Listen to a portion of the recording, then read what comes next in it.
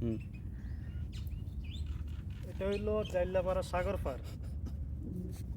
ওইদিকে দেখলাম একটা কচ্ছপ মুড়ি আছে, মুড়ি কাবু খাইতেছে। এদিকে ওদিকে একটা কচ্ছপ মুড়ি আছে। এখন এটাকে জাইল্লারা কি মারতেছে নাকি সাগরের কারণে কিনারে চলে আসছে আর যাইতে পারে নাই। এখন সাগরের জোয়ার তো এত কিনারে আসার কথা না, নিশ্চয়ই এটার পিছনে তো জাইলারা আছে। এখন সামুদ্রিক কচ্ছপগুলোরে মারি মারি এদিকে ফালা রাখছে। এখন এটা কি জাইলাদের ফলস নাকি সমুদ্রের কারণে হয়েছে কে জানে, কিন্তু এত কিনারে তো সমুদ্রের পানি আসার কথা না। এখন নিশ্চয়ই কোনো কারণ আছে। এটা মসজিদে মনে হয় বেশি দিন হয় না, তো 2 দিন হয়েছে বা 1 দিন হয়েছে। ওখানে একটা তো মসজিদে মনে হয় এটা মনে হয় 3 দিন হয়ে গেছে মনে হয় মেবি।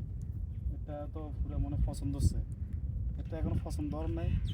এটা এখনো মনে হয় কালকে বলছে বা এরকম কিছু হবে। 1 দিন 2 দিন হয়েছে মসজিদে, ওটা মসজিদে 3-4 দিন হয়ে গেছে।